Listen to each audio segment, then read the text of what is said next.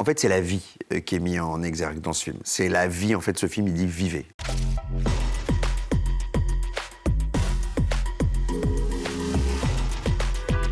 Comment pourrait-on définir le genre du film L'âme idéale ? Ce film est une comédie aussi.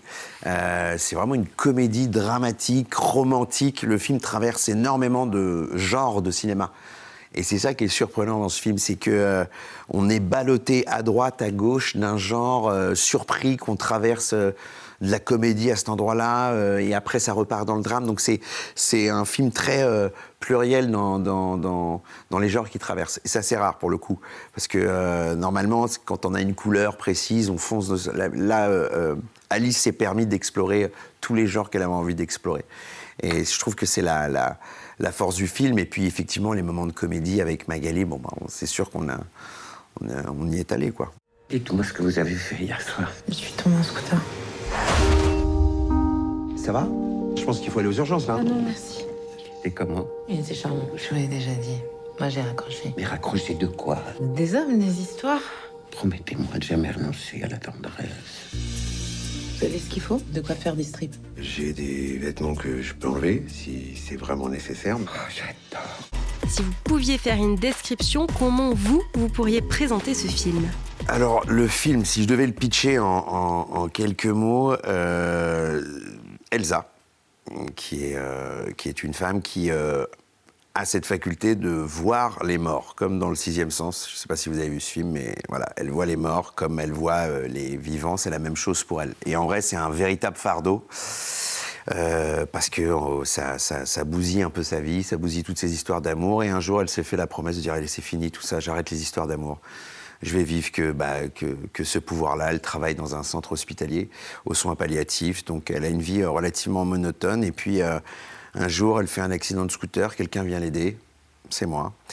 Il s'appelle Oscar, et il lui propose de la soigner chez elle. Ils ont quand même ce qu'on appelle un petit crush. Il y a quelque chose, le courant passe, et elle décide de l'embrasser. Ils passent la nuit ensemble. Le lendemain, la police l'appelle pour lui dire qu'elle a oublié son scooter pendant l'accident. Et le policier lui dit que c'est un accident grave, elle ne comprend pas. Et le policier lui apprend qu'il y a eu un mort. Et en fait, le mort, c'est moi. Et elle ne savait pas que j'étais mort. Et moi-même, je ne sais pas que je suis mort. Et elle se met en quête d'essayer de me le dire. Et puis, puis ils décident de vivre une histoire d'amour ensemble, un peu impossible. Voilà.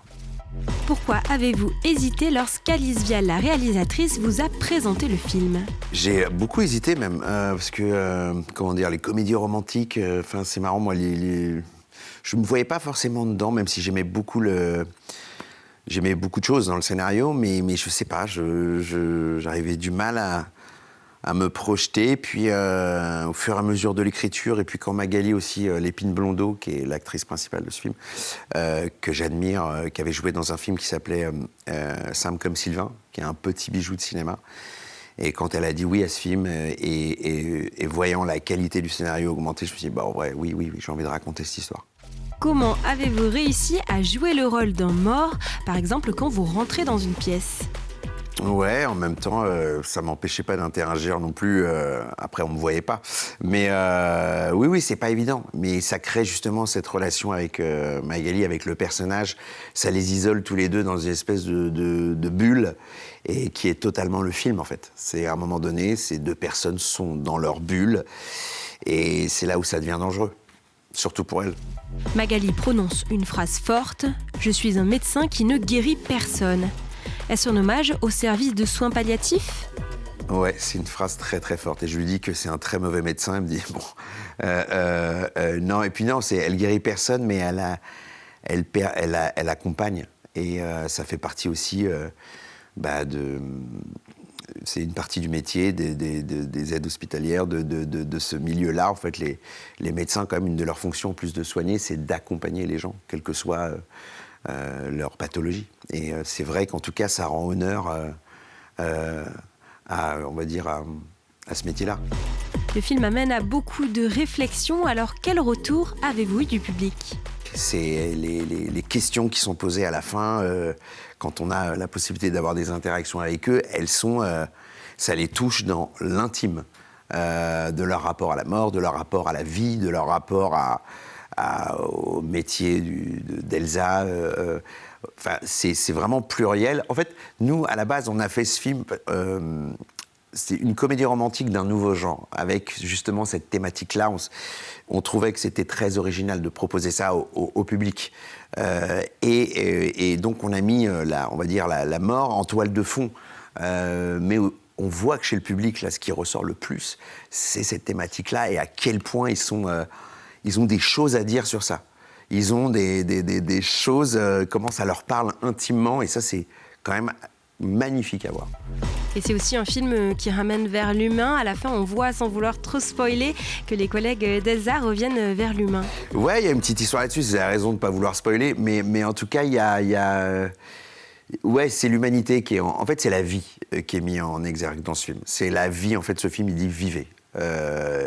C'est un peu le message. Moi, j'aime ces films qui, quand on les voit, nous donnent un petit boost de vie, d'envie d'aimer, d'envie d'avoir des amis, d'être proche de sa famille, d'envie... Voilà. Et nous, l'objectif avec ce film, c'était un peu ça, c'est de donner ce petit boost qui, la plupart du temps, dure 5 secondes, mais qui est là quand même. C'est une petite empreinte dans tout ce qu'on peut vivre au quotidien.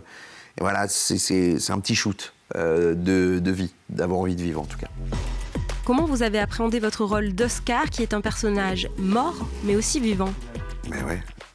En fait, en ne le prenant que dans la partie vivante. C'est-à-dire que la partie mort, il l'a subie, il ne comprend pas ce qu'il vit, mais quand il se rend compte que, en fait, il a la possibilité de vivre des choses qu'il n'aurait pas pu faire étant vivant, il est encore plus vivant qu'étant quand il était vivant. Donc c'est ça le paradoxe. Le film, il est plein de paradoxes à ces endroits-là. Il est plein d'ironie à ces endroits-là. Et elle-même, elle est pourtant vivante, mais elle vit comme une femme qui est morte de l'intérieur. Et elle réapprend à vivre avec lui. Donc c'est tous ces vases communicants à des endroits très paradoxaux qui donnent justement, je trouve, la richesse du film. Comment vous avez créé le lien avec Magali Lépine-Blondeau, l'actrice principale, pour former un couple à l'écran ? En fait, on a eu déjà on a une connexion dans le travail qui s'explique pas. Enfin, en tout cas, on veut les mêmes choses avec Magali. Et puis en fait, on était un vrai trio avec Alice. On était vraiment ce petit groupe-là à essayer de traverser, à être juste dans chaque phase du film, comme le film a beaucoup de phases.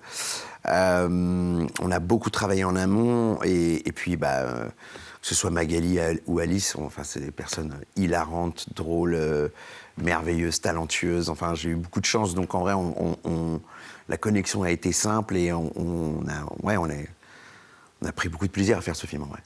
C'est surtout ça qui se transparaît, je pense. Est-ce qu'il y a une scène qui vous a marqué ? Personnellement, moi, c'est le moment où Oscar prend conscience qu'il est mort. Celle-là, elle était particulière à tourner. En toute honnêteté, c'est en termes de jeu, ce que ça demande de réaliser qu'on n'est plus, ça, c'est balèze à jouer. Mais il y avait on a créé tout un contexte pour que je puisse y croire et on s'est bien préparé avant. Mais ça, j'avoue, c'est pas rien à jouer pour un acteur. Ça vous va ? Ouais. C'était cool. Merci.